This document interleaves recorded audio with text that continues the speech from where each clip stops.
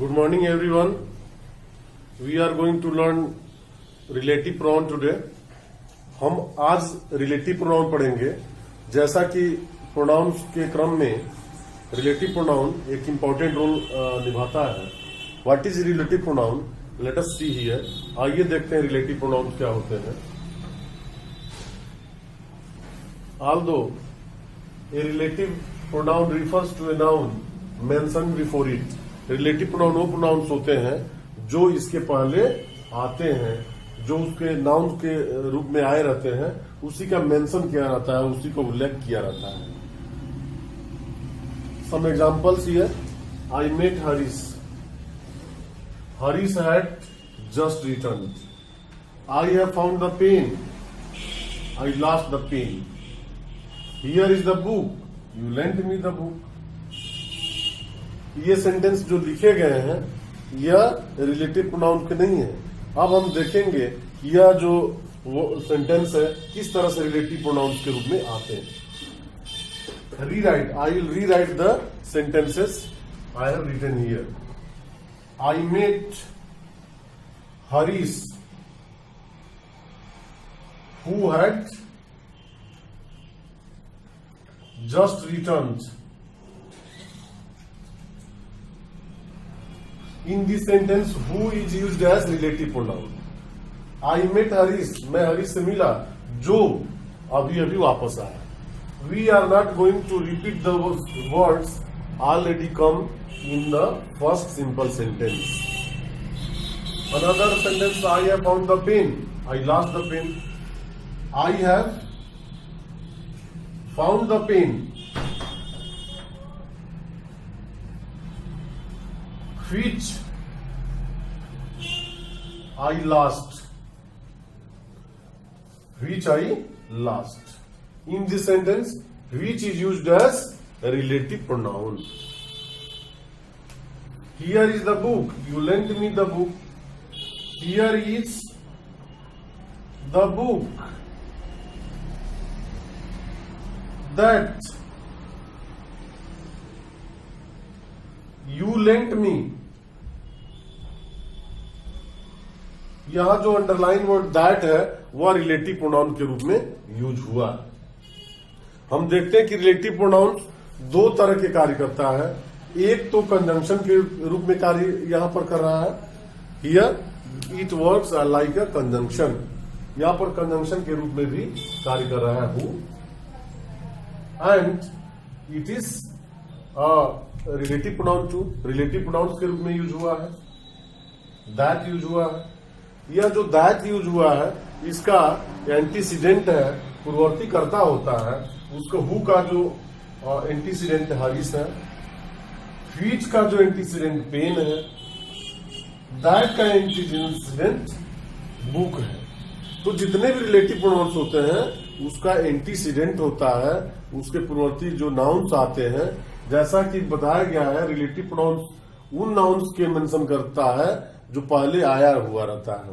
तो relative pronoun who, अभी हम इंट्रोगेटिव प्रोनाउंस में देखे थे, जब इस हु का यूज प्रश्न पूछने के लिए किया जा रहा था तब इंट्रोगेटिव प्रोनाउंस था। लेकिन जब इसको जो है किसी दो सिंपल सेंटेंस को जोड़ने के लिए किया गया है तब यह रिलेटिव प्रोनाउन है, वह कंजंक्शन की तरह से काम कर रहा है।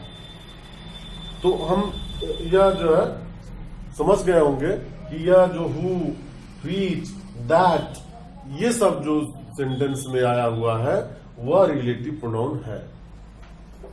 Some more example we will learn. हम कुछ और भी रिलेटिव प्रोनाउंस के बारे में पढ़ेंगे। इसके कुछ फॉर्म्स होते हैं। Forms of relative pronouns. देखिए फॉर्म्स जो रूप है, forms of relative pronoun.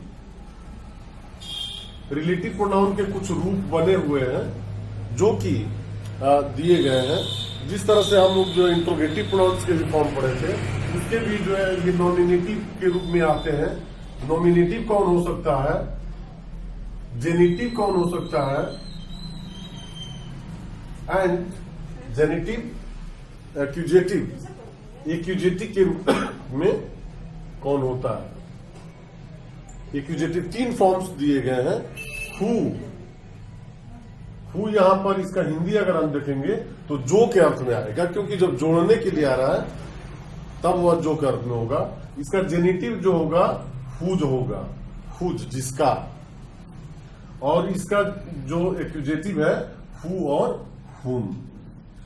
Although हुम is not used in modern English, who co हम दोनों तरीके से प्रयोग कर रहे हैं, चाहे वह एक्यूजेटिव हो या नॉमिनेटिव हो, दोनों तरफ से किया जा रहा है। यह सिंगुलर भी है और प्लूरल भी है। इसका यूज सिंगुलर के लिए भी करेंगे, प्लूरल के लिए भी करेंगे, प्लूरल भी है, और मैस्कुलिन भी है, फेमिनाइन भी है, दोनों जेंडर के रूप में यूज करेंगे। Some sentence I want to write as this is the boy, this is the boy, या गर्ल भी हो सकता है। This is the boy who get first prize,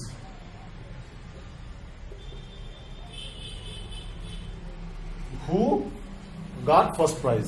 this is the boy who got first prize, यही वह लड़का है जो फर्स्ट प्राइज पाया था, प्रथम पुरस्कार पाया था।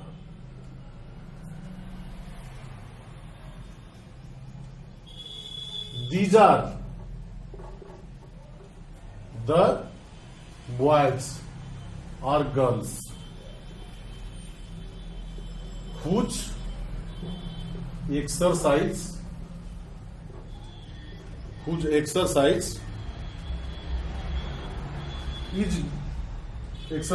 are done well। यहां पर हुज का यूज हुआ है, हुज जेनेटिव के रूप में हुआ है। These are the boys, these are the boys, these are the boys who work hard.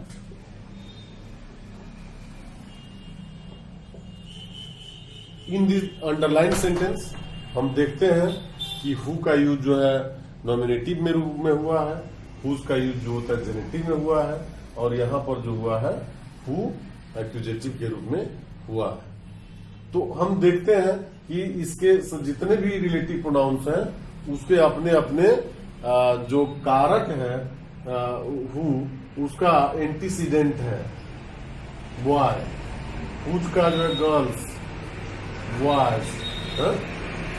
तो हम यह जान जाते हैं कि रिलेटिव प्रोनाउंस के भी फॉर्म्स होते हैं और इसका यूज भी अलग अलग होता है। कुछ हम देखेंगे relative pronoun.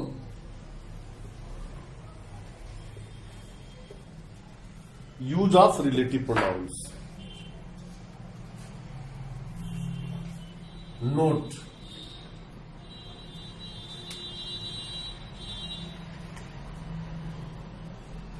relative pronoun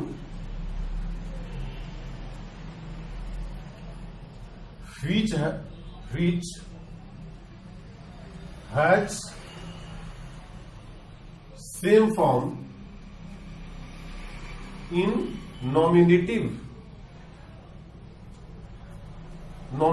and accusative।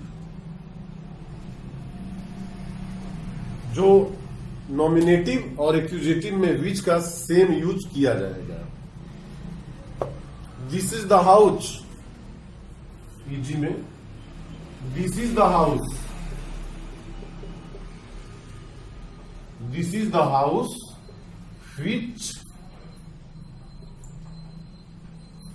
This is the house, यही वह घर है, which belongs to my uncle, which belongs to my uncle, यही वह घर है जो मेरे चाचा जी का है। The house which my uncle built, this is the house which my uncle built, cost him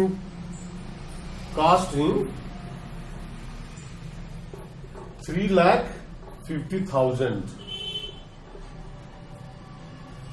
दोनों वाक्य में पहले में नॉमिनेटिव के रूप में हुआ है और दूसरे में एक्यूजेटिव के रूप में व्हिच का प्रयोग किया गया है। इसका जो एंटीसीडेंट हाउस है, इसका भी एंटीसीडेंट हाउस है। दोनों में सेंटेंस में एंटीसीडेंट हाउस ही है।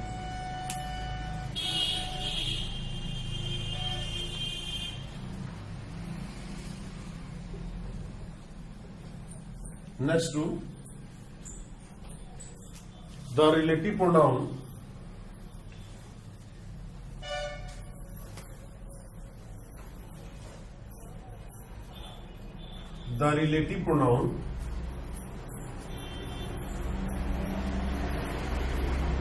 that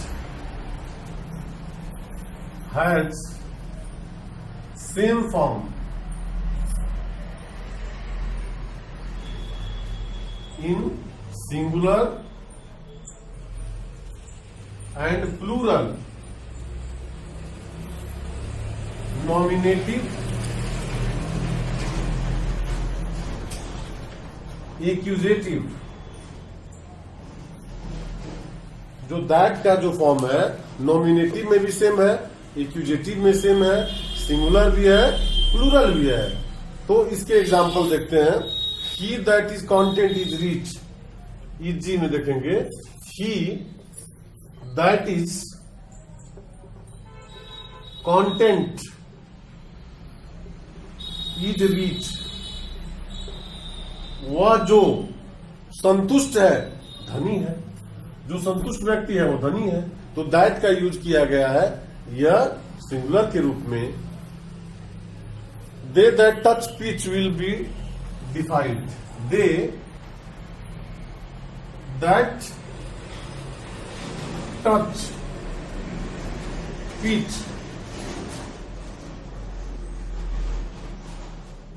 will be defiled. वे जो कालिक छुएंगे उन्हें काजल लगेगा, काले होंगे। तो यहां पर दे जो प्लूरल के रूप में दे, इसका एंटीसीडेंट है दैट, और यहां पर सिंगुलर हुआ था, इसका एंटीसीडेंट ही है। तो दे का प्रयोग जैसा कि नियम में हम लोग जाने हैं कि वह सिंगुलर भी है, प्लूरल भी है। Take anything, take anything that you like, take anything that you like। जो कुछ भी आपको पसंद है वह ले सकते हैं, ले लीजिए। तो यहां पर जो एनीथिंग है वह एंटीसीडेंट इसका है। हमने देखा कि दैट का जो यूज है वह सिंगुलर भी है और प्लूरल भी है। आइए एक और देखते हैं rule. One more rule we will discuss of relative pronoun. फिर पुनः मैं समझा देना चाहता हूं कि जो दैट है, दैट का सिंगुलर, प्लूरल, नॉमिनेटिव, एक्यूजेटिव सब एक ही फॉर्म होता है। यहां पर दैट का हिंदी अर्थ होगा जो, वही दैट मीन्स वह होता है, वही दैट मीन्स की होता है जब हम कंजंक्शन में जानते हैं। लेकिन यहां पर जब किसी एंटीसीडेंट के साथ आता है, जब कोई रिलेटिव प्रोनाउन के रूप में यूज हो, तो उसका हिंदी जो होता है। ही दैट इज कंटेंट इज, वह जो संतुष्ट है वह धनी है। Next rule will discuss.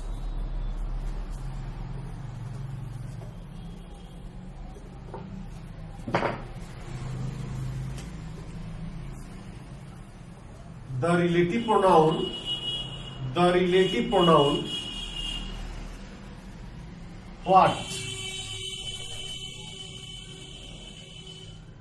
What का यहां पर हिंदी अर्थ जो हम निकालेंगे, क्योंकि रिलेटिव प्रोनाउन के रूप में आएगा, क्वेश्चन पूछने के लिए नहीं आएगा। The relative pronoun what is, what has the same form, what has the same form in singular, plural, nominative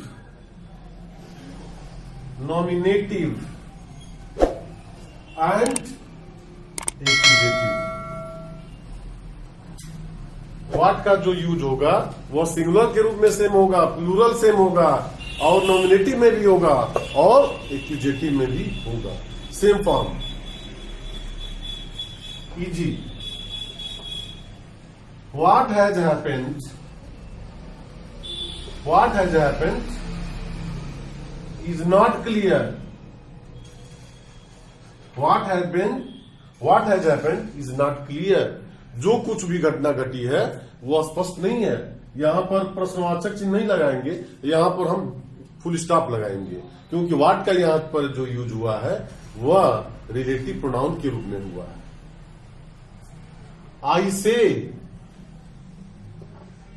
what I mean. आई से व्हाट आई मीन, मैं वही कह रहा हूं जो मेरा मतलब है। आई से व्हाट आई मीन, मैं वही कहता हूं जो मेरा मतलब है। He felt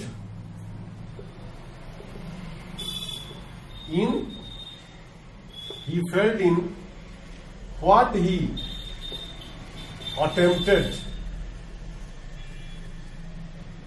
उसने जिसने भी प्रयास किए सब में असफलता हाथ लगी। तो यहां पर जो व्हाट है, यहां पर जो यूज हुआ है वह किसके लिए हुआ है, तो सिंगुलर के लिए हुआ है। यहां पर हम देखते हैं व्हाट जहां भी आया है, व्हाट मीन्स जो होगा, और इसका एंटीसीडेंट है, सबका एंटीसीडेंट है। व्हाट, आई से व्हाट आई मीन, यहां पर मीन के लिए मतलब है, एंटीसीडेंट है। What I failed, what I attempted, तो यहां पर ये है। तो एंटीसीडेंट हर रिलेटिव प्रोनाउन में एंटीसीडेंट यानी पूर्ववर्ती कर्ता आना ही आना है। तो रिलेटिव प्रोनाउन के कुछ यूज और उसके बारे में हम जाने। मुझे आशा है कि आपको अच्छा लगा होगा और आप समझ गए होंगे। यदि आपको अच्छा लग रहा है तो आप be connected with Santosh Kashyap and learn and enjoy and increase your knowledge. Thank you so much.